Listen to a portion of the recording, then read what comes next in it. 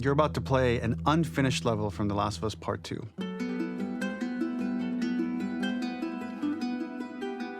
The reason we added this section is there are a few sequences, and we picked the 3 of the best ones, that we cut from the game. Often we build a game that's much bigger than what ends up being the final product.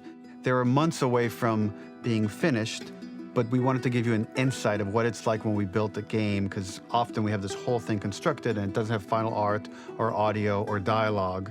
And here you get to see the building blocks of what it's like when we first string a bunch of these levels together. This is the intro to the first deleted level, and this one is the roughest of the 3. We wanted to show more of how Jackson operates. So this is the festival where Ellie ultimately kisses Dina. This sequence would have come very late in the game as a flashback sequence while you're in the farm with Dina. And we wanted to show what is the rest of Jackson doing, and wanted to put on the stick, make it interactive. So you could see when you're outside, there are all these almost like carnival games that you can play. You could mix drinks, you could play with these kids that are playing a sort of clicker Marco Polo, sit down and listen to conversations. And all the different interactions were first or second pass, very, very early passes. The building blocks are there, but nothing is final. And ultimately, while we were very excited by the sequence, it's pretty fun and lighthearted. It just slowed things too much as we're barreling towards the end of the story at this point.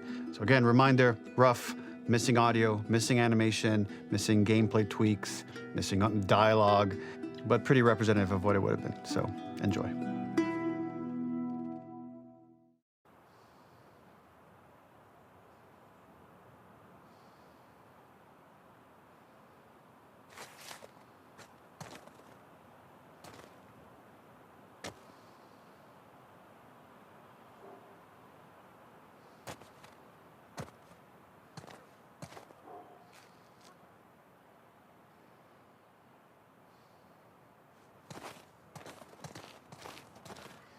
Originally, this level was going to transition us to farm.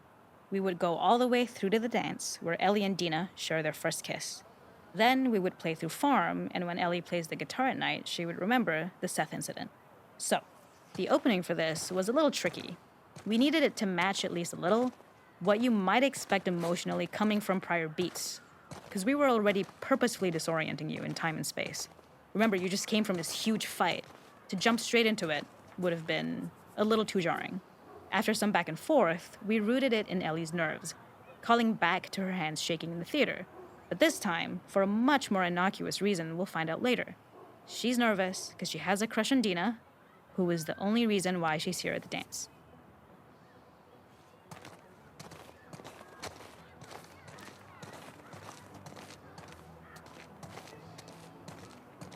Something we really wanted to do was highlight the way their lives had turned upside down since she went down this path. We had this idea of recontextualizing all of our usual gameplay mechanics that were designed for really violent ends. The workbench, door bashes, throwable weapons, and even the infected, which is my personal favorite. Peppered throughout the level are moments of levity or shared history, all the while seeing how happy and mundane they all were before her huge revenge odyssey.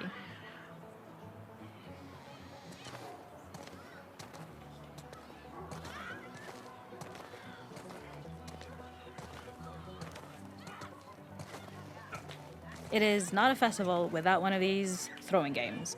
This one, of course, uses our throwable system where you're often chucking explosive things or stunning things, but for a more wholesome purpose, although some people take this game really seriously. A fun aspect of this is if you did well, you could win a toy here. Ellie would place it in her pocket. If you had done this, you'd find the toy with JJ, the baby, later back at the farm. When we cut this, the toy made it through anyway because it was so cute. It is the same one you see on the tractor at the farm. Ollie the elephant.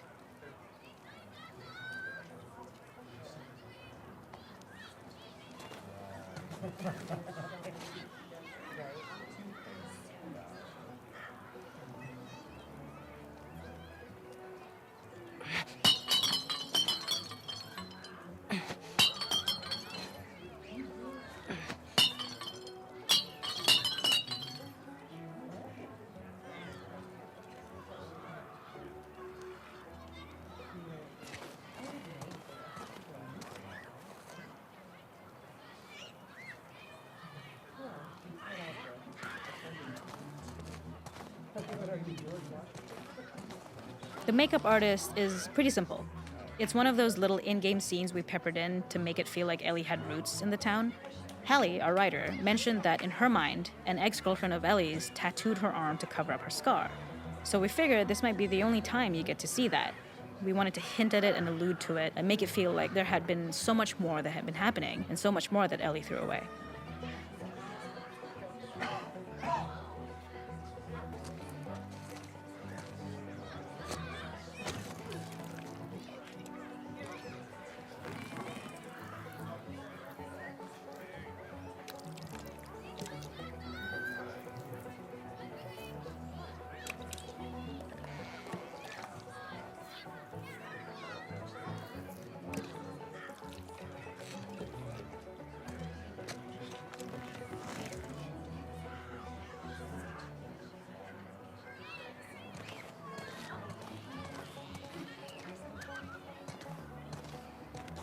This is one of my favorite sections because I think that it achieves both the slice of life aspect of Jackson while also being a stark reminder of how dark the world that they live in really is. To attract attention and curiosity, one of the kids was supposed to make this adorable, messed up little clicker impression and the others would giggle. We tried a version where if you got close enough, the kid might try to follow you a little before turning back. Since clickers are blind and move by echolocation, for this game of messed up tag, Ellie must close her eyes and listen for when the children give themselves away. The thought was that these kids are in relative safety. They still grow up with the dangers of clickers and runners, and all those lessons would embed themselves in the games that they play. When the festival got cut, they tried to preserve this moment and move it to the front of the game where the snowball fight is, as a tutorial. However, being in the headspace of a clicker doesn't really teach you how to deal with them. Eventually, it evolved, and they instead made the snowball fight, which was, I think, way more effective. For me, it's character illuminating that not only does Ellie know this game, she plays along. There's a familiarity with the kids that's really nice to see, especially because it's such a difference from the Ellie we see later, who has a sort of hollow normalcy that she's trying to get with JJ, but kind of fails.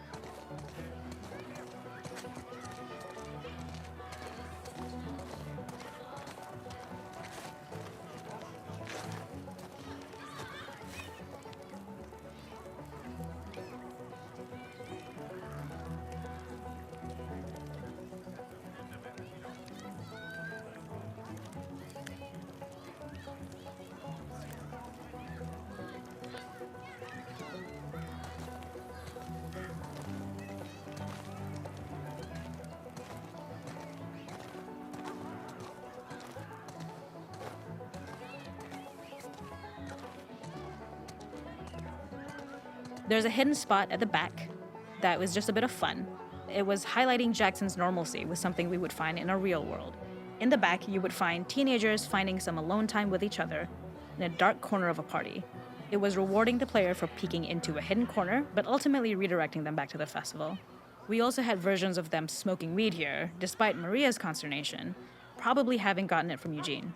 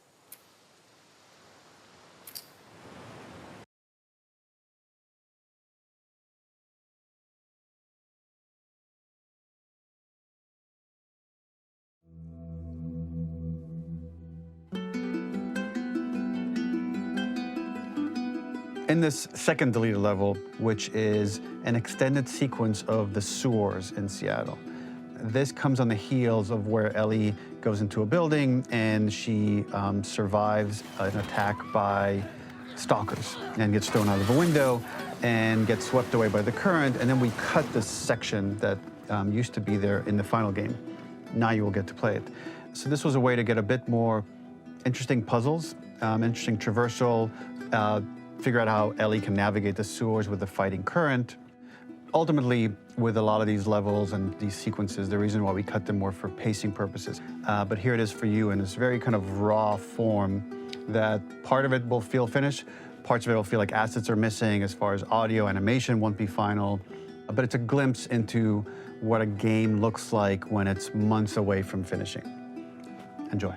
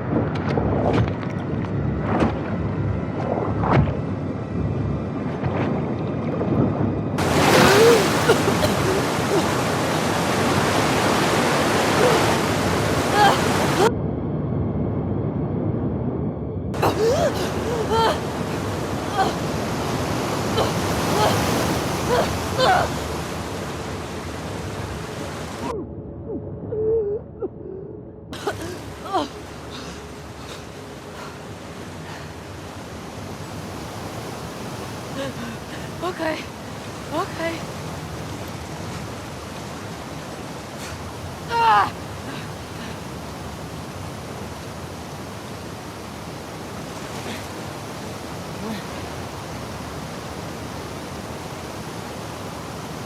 Se foda, Seattle. Ok. Onde raio é que eu estou? This level, internally known as Find Nora, was quite long in duration as we had to make Ellie traverse a far distance to the opposite side of downtown Seattle. The sewer section was originally longer than what we released the game with, approximately 10 minutes more. This was one of the few areas of the game that used water flow as part of a traversal puzzle. The player has to go upstream to use the current to get to the platform to reach the other side. We mostly cut this mechanic game-wide, however it remained in essence in the section swimming to the aquarium as Ellie, when you were avoiding the waves.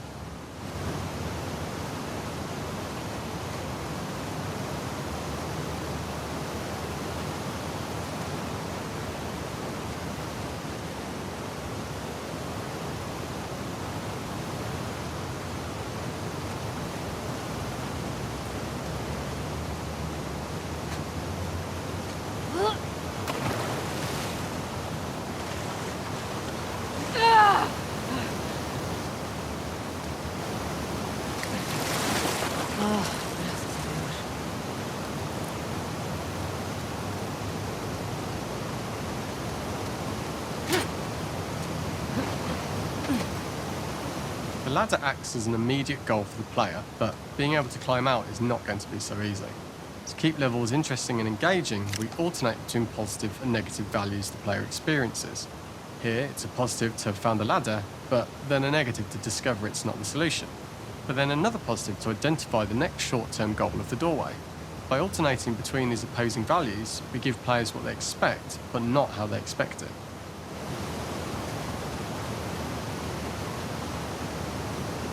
Ah, você pode estar a gozar comigo.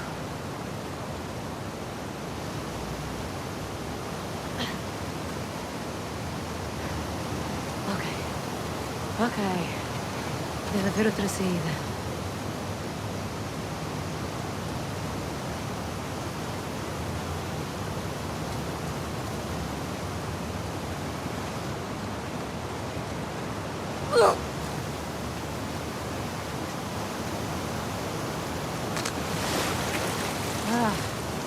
Estava quase.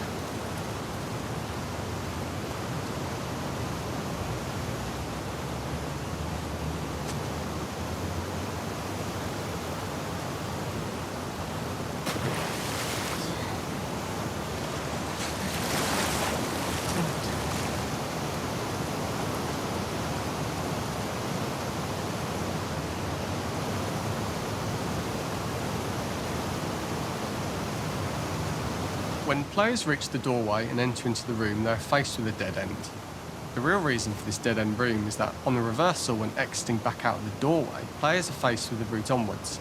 A pipe that they'd not been able to see when they were swept past it on the way in, and something that was hidden from view when on the side platforms. The intention here being that the only option is to go off the standard path in order to search for a way out. When players reach the doorway and enter into the room, they're faced with a dead end.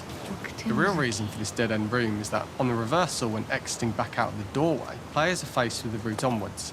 A pipe that they'd not been able to see when they were swept past it on the way in, and something that was hidden from view when on the side platforms. The intention here being that the only option is to go off the standard path in order to search for a way out.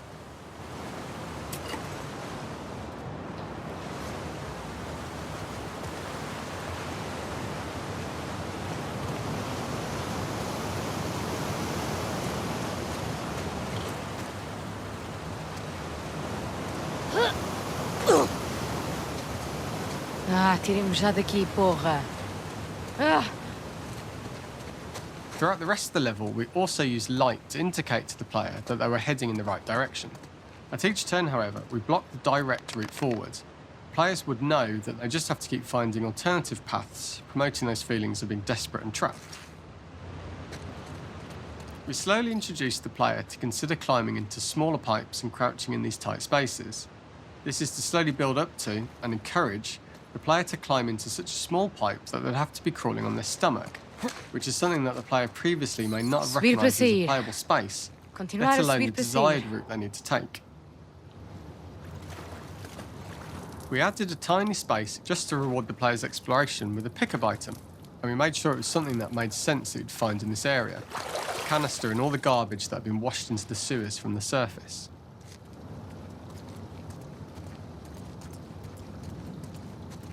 We loved the idea of making Ellie prone through a tiny, dirty pipe in order to get out, as it was a great opportunity to use our prone mechanic. A unique camera setup was created to support crawling in these pipes, as the standard prone camera is much higher above the player. We also created custom collision in order for Ellie to manoeuvre in these tight spaces easily. Initially, the oblong collision capsule around her character caused issues crawling around corners. We put extra effort into the custom corner collision, so the movement experience is as smooth as the main game.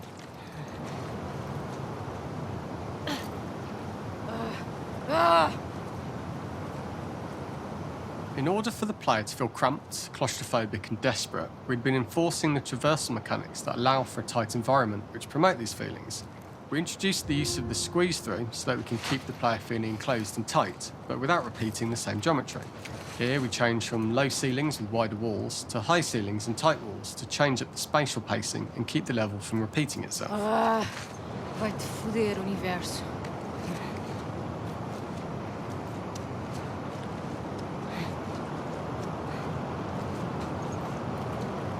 Isto seria sítio mesmo mordoso para morrer.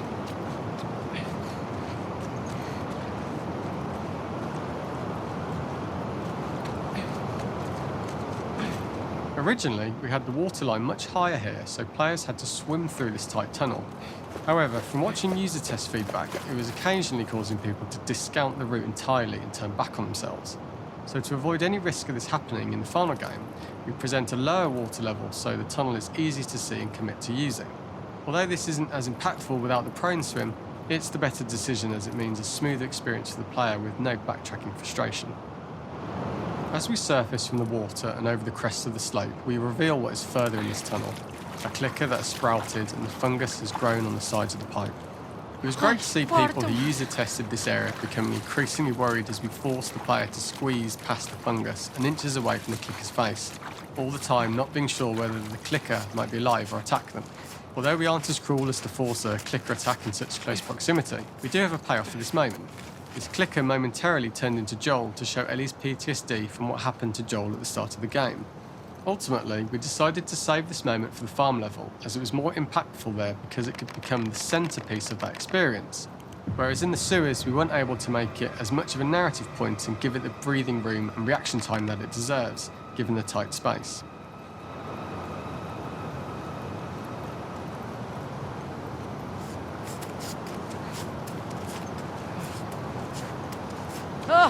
Merda!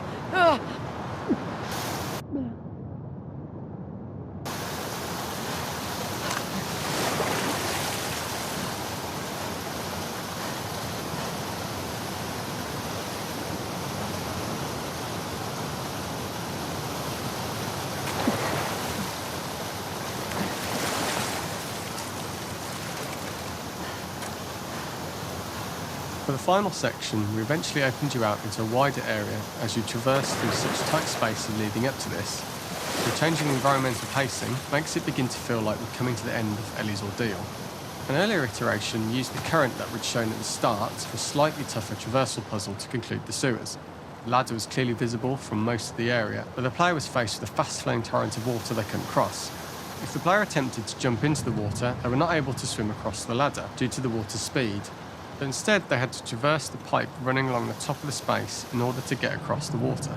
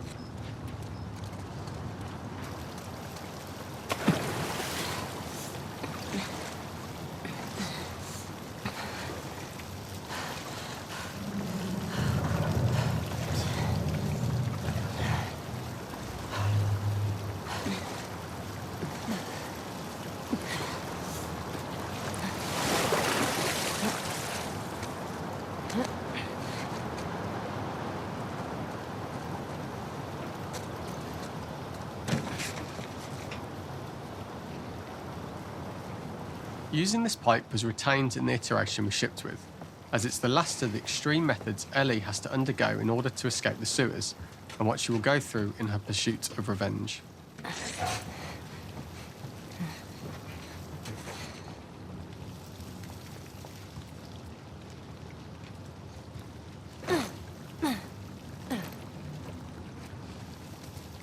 The last ladder climb is quite lengthy, and although we could have trimmed it down to a shorter climb, we liked how this last segment of the journey built anticipation for whether there was success at the top or not after all you've been through. Ultimately, the ladder exits out into the subway station, which is how it connects in the final game. Ellie then has to find her way to the hospital from here, crossing paths with the scars for the first time.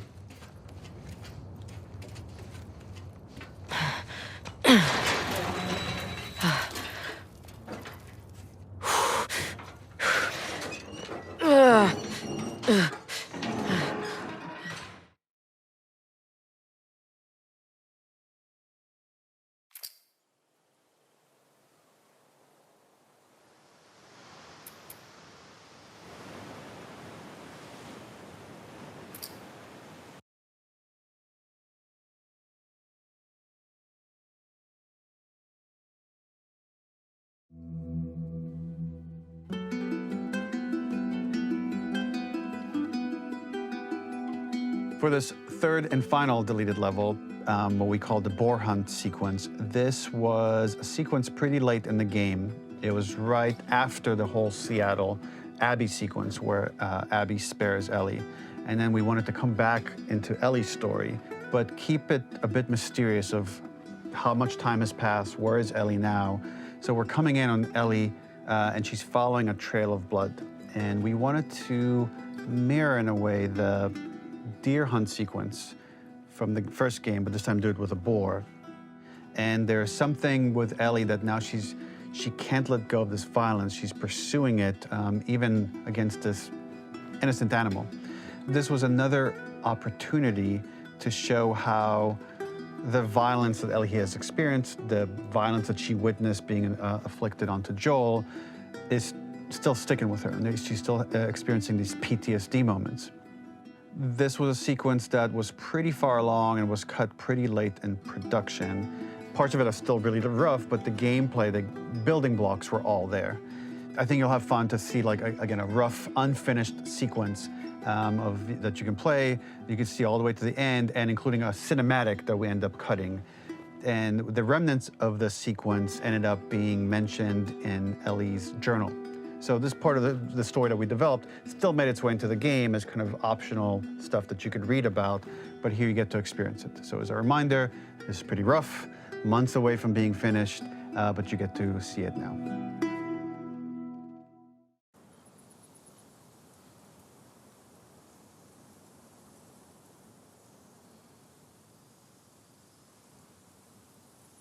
Onde é que estás?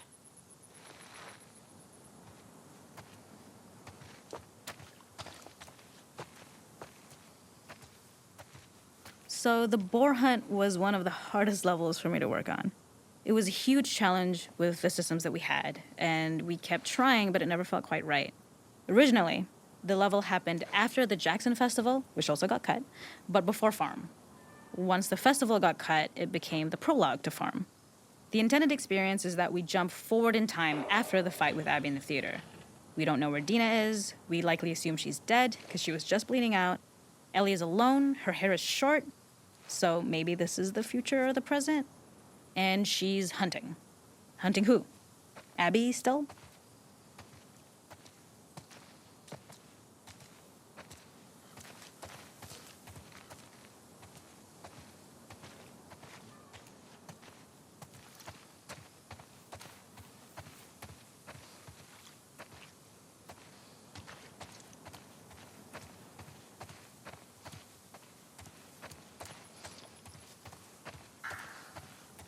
In early iterations of the fight, it was more arena-like.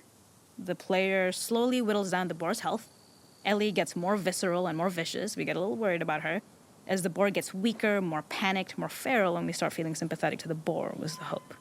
In all of these iterations, especially of these wider areas, it required custom AI and scripting to make sure it continued to feel organic as an animal, but we really needed it to do specific stuff. It needed to be able to close distances really, really quickly. It needed to charge to attack, but we wanted the feeling of hunting, so we needed to track it down from afar. And we also needed to discourage the player from attacking the boar when it's that close, or it would kind of turn into this melee kerfuffle. How do we do this in our world while keeping the boar believable?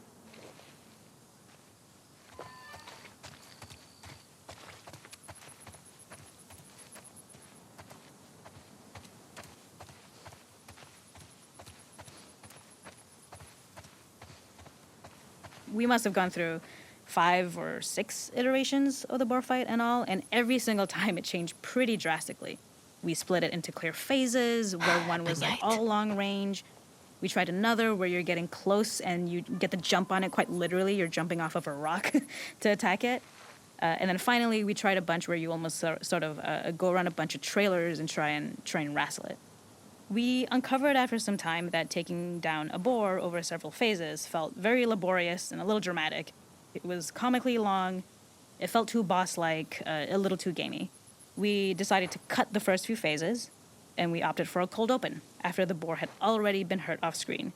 So that allowed us to focus on feeling like we're closing in on prey and to introduce the boar when it was at its most dangerous. Already hurt, already feral, much too close for comfort. And so the thinking was it would bring us more into Ellie's mindset. Is this really hunting for food, or is she hunting for some other reason?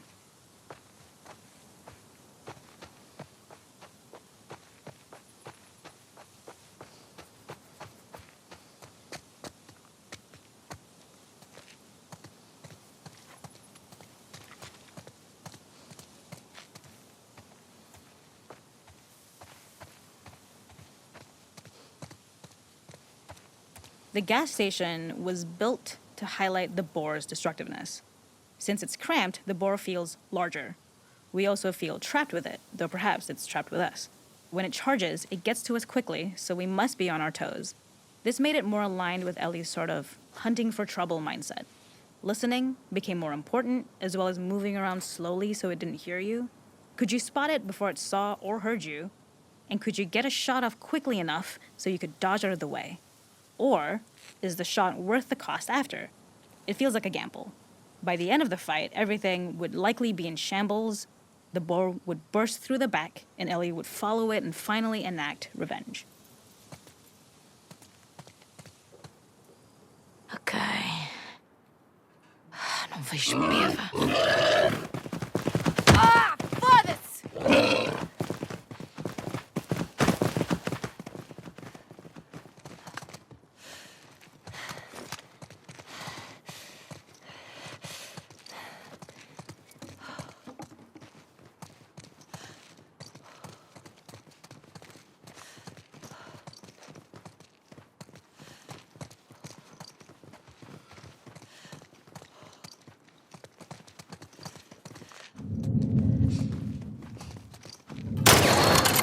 Gafanhete.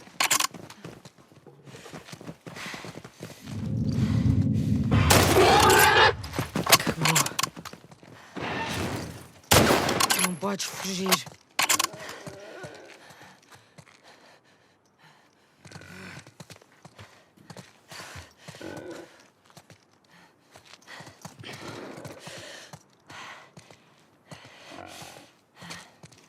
The boar kill was supposed to be anything but glorious. With the boar whimpering at the back of the gas station after Ellie's relentless hunt. After this, hearing the drone that we kind of come to associate with Ellie's trauma, we would hard cut to the stream where she's washing her hands and holding rabbits that she hunted, about to return to Dina. And there would be no mention of the boar. Não vais fugir.